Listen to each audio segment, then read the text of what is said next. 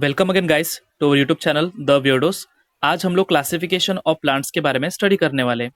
So when we talk about the classification, ठीक है, तो हमको ये समझना जरूरी है कि जब प्लांट्स के बारे में पढ़ रहे हैं तो प्लांट्स लिविंग ऑर्गेनिजम्स है, राइट। तो हमको ये समझना जरूरी है कि लिविंग ऑर्गेनिज्म को क्लासिफाई कैसे किया गया था, या फिर हम अगर प्रिसाइसली बोले तो उसकी हिस्ट्री क्या थी।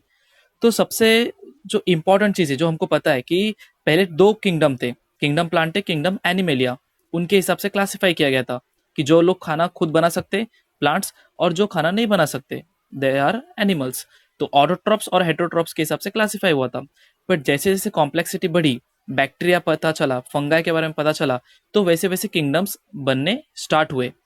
तो सबसे पहला हम लोग आज किसके बारे में स्टडी करने वाले कि लिविंग ऑर्गेनिजम्स, हिस्ट्री स्टडी करने वाले क्लासिफिकेशन का। तो when we talk about the history of the classification, तो सबसे पहला बात क्या आता है, जो लिविंग ऑर्गेनिज्म है, राइट। लिविंग ऑर्गेनिज्म में आपको दो पार्ट में क्लासिफाई किया गया है। First is prokaryotic and then is eukaryotic. Pro का मतलब होता है पहला, कैरियोटिक का मतलब होता है न्यूक्लियस। तो जितने भी प्रोकैरियोट्स है, ये वो बैक्टीरिया है, राइट, ये वो बैक्टीरिया है जो क्या है, सबसे पहले आए थे अर्थ में, राइट। अर्थ में ये लोग पहले आए थे। ऑब्वियसली ये लोग यूनिसेलुलर है, मतलब सिंगल सेल है। बट इनके बारे में हम डिस्कस करने वाले हैं कि जो प्रोकैरियोटिक ये है क्या। तो प्रोकैरियोटिक का कभी भी हम लोग अगर प्रोकैरियोटिक को अगर हम लोग बैक्टीरिया को देखेंगे, राइट, तो इसके अंदर कोई सेल ऑर्गेनल बोल के कोई चीज नहीं है। आज हम जो सेल के बारे में बात करते हैं, हमको पता है कि हमारे सेल के अंदर you have properly Golgi apparatus है, माइटोकॉन्ड्रिया है, न्यूक्लियर मेम्ब्रेन्स है, न्यूक्लियस को बाउंड करने वाला, राइट, ये सब चीजें है। बट जो प्रोकैरियोटिक है, ये प्रोकैरियोटिक सिंपल सेल है। सिंपल सेल मतलब इसके अंदर न्यूक्लियर मटेरियल है, ऐसा न्यूक्लियर मटेरियल है। बट इस न्यूक्लियर मटेरियल को कोई बाउंड, कोई मेम्ब्रेन है क्या, इसको बाउंड करके कोई मेम्ब्रेन है क्या, नहीं। बट यूकैरियोटिक केस में, राइट, ये एडवांस्ड है। यू मतलब बाद में और कैरियोटिक मतलब न्यूक्लियस। तो ये क्या है, आप बोल सकते हो it's not a true nucleus. Because true nucleus क्या रहता है, ट्रू न्यूक्लियस वो रहता है जिसके पास न्यूक्लियर मेम्ब्रेन रहता है, ठीक है, जिसका न्यूक्लियस का जो एक ऑर्गेनल स्पेसिफिक अलग है। बट प्रोकैरियोटिक में ऐसा आपको नहीं मिलेगा।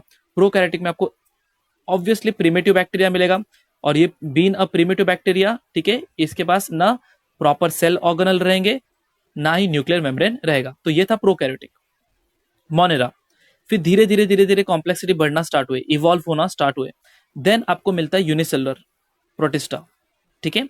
तो यूकैरियोटिक को हम अगर फर्दर क्लासिफाई करें तो ये होता है यूनिसेलुलर, मल्टीसेलुलर। यूनिसेलुलर मतलब क्या, सिंगल सेल, और मल्टीसेलुलर मतलब क्या, मेनी सेल्स। यहाँ पे ध्यान ये रखने की जरूरत है, जो बच्चे कंफ्यूज होते हैं कि ये भी यूनिसेलुलर है, ये भी यूनिसेलुलर है। बट यहाँ पे आपको समझ में आना चाहिए कि जो प्रोकैरियोटिक है वो प्रिमिटिव सेल है, जो अभी मैंने बताया। और जो ये किसकी बात चल रही है, यूकैरियोटिक है, यूनिसेलुलर। तो ये यूनिसेलुलर भले ही है, ये एक ही सेल भले ही है, बट इनके पास अपना न्यूक्लियर मेम्ब्रेन रहेगा, अपना न्यूक्लियस रहेंगे, राइट, इनके प्रॉपर सेल ऑर्गेनल रहेंगे। तो ये किस कौन से किंगडम में है, किंगडम प्रोटिस्टा, राइट। ये था about the kingdom Protista. Then we will talk about the multicellular. तो जब हम मल्टीसेलुलर की बात करते हैं, राइट, इसमें दो पार्ट है, with cell wall, without cell wall. तो जब आप विद सेल वॉल बोलते हो तो मतलब क्या, ये ऐसे ऑर्गेनिजम्स इसके अंदर आते हैं जिनके पास सेल वॉल है, राइट। तो ये कौन है, ऑटोट्रॉप्स और heterotrophs. As a name suggest, auto मतलब सेल्फ, ट्रॉप मतलब अक्वायरिंग न्यूट्रिशन। ये वो ऑर्गेनिज्म है जो खुद का खाना खुद बना सकते हैं। तो इसमें कौन आया, किंगडम प्लांटे, राइट। और हमको तो पता है ये किस में आएंगे, ये हेटरोट्रॉप्स में आएंगे। बट ये इनके पास, इनको हमने क्लासिफाई कैसे किया, विदाउट सेल वॉल, मतलब they don't have the cell wall. और एनिमल में सेल वॉल नहीं होता है। तो अगर सिंपल सा अगर मैं डिफरेंशिएट करूं कि किंगडम प्लांटे और किंगडम एनिमेलिया में डिफरेंस क्या है, तो किंगडम प्लांटे, प्लांट्स का जो सेल होता है they have the cell wall. Plants का सेल क्या होता है, उनके पास सेल वॉल रहता है और क्लोरोप्लास्ट होता है, जिससे वो अपना खाना खुद बना सकते हैं। और वही चीज क्या होता है कि एनिमल में they don't have the cell wall.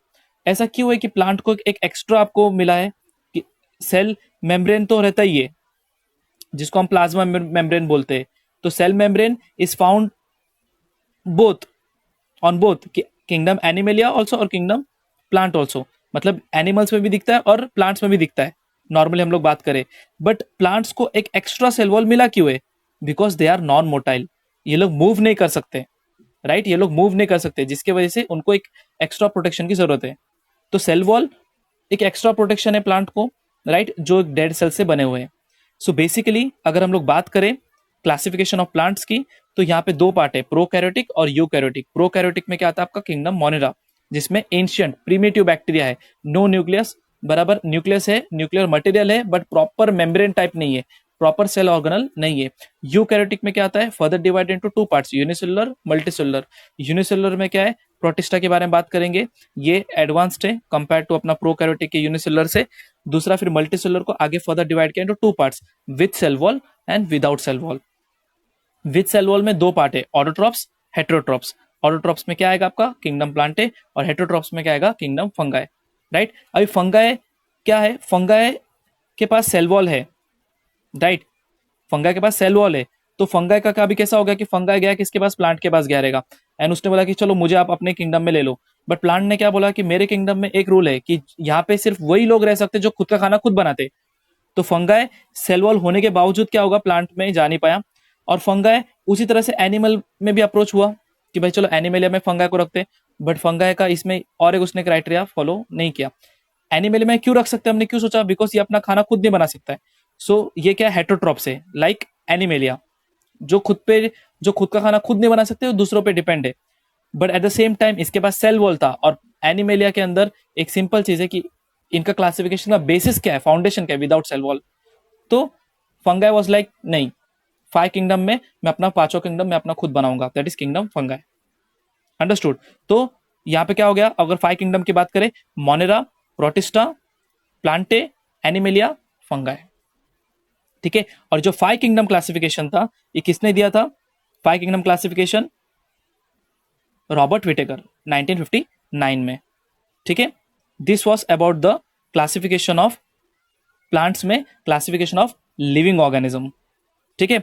तो अभी अगर एक क्वेश्चन आता है कि बेसिस क्या है, क्लासिफिकेशन करने का बेसिस क्या है, तो हम लोग कैसे क्लासिफिकेशन करेंगे, राइट। अगर हम प्लांट्स के बारे में बात करते हैं तो हमारा क्राइटेरिया क्या होना चाहिए क्लासिफिकेशन करने का। तो आपका सबसे पहला क्राइटेरिया क्या होना चाहिए गाइस, आपका क्राइटेरिया ये होना चाहिए कि उसके अंदर ऑर्गन का प्रेजेंस है या नहीं है। प्रेजेंस और absence of the organ is the first criteria for the classification of plant.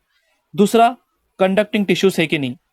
अब इसमें प्रेजेंस और एब्सेंस ऑफ ऑर्गन्स में आपका क्या क्या आता है, प्रेजेंस और एब्सेंस ऑफ ऑर्गन में आपका क्या आता है, फ्लावर आता है, फ्रूट्स आते हैं, राइट, ये सब आते हैं, आपके सीड्स आते हैं, राइट, ये सब चीजें होती है।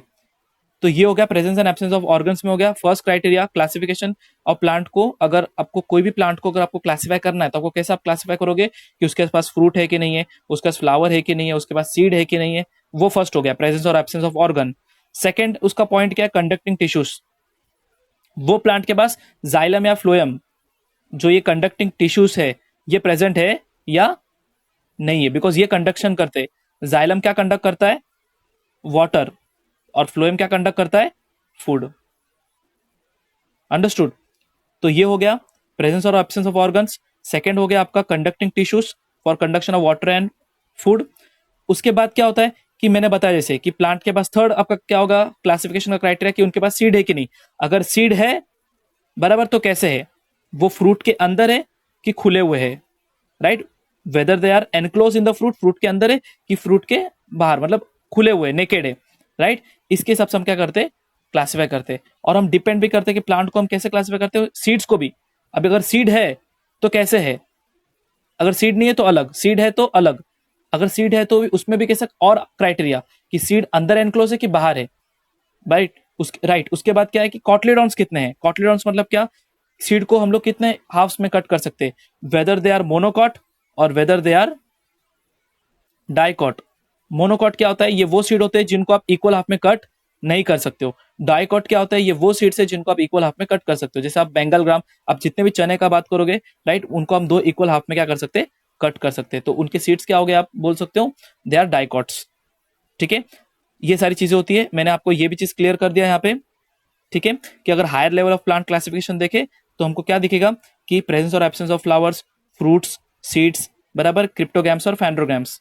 ये हम आगे अपने नेक्स्ट वीडियो में देखेंगे कि क्रिप्टोगैम्स और फैंड्रोगैम्स और अच्छे से कि है क्या ये, राइट। तो इसके बारे में हम लोग देखेंगे और कॉटलीडॉन्स के बारे में भी हम स्टडी करेंगे। सो इतना क्लियर है, राइट। तो एशलर बोल के साइंटिस्ट थे, बराबर, बॉटनिस्ट थे, जिन्होंने किंगडम प्लांटे को ही 2 सब किंगडम में डिवाइड किया, क्रिप्टोगैम एंड फैंड्रोगैम। और वो क्या है अभी हम लोग नेक्स्ट वीडियो में देखेंगे. So hope you like the video. If you like the video then do hit the like buttons. Please share and subscribe and give us the genuine feedback. Thank you guys.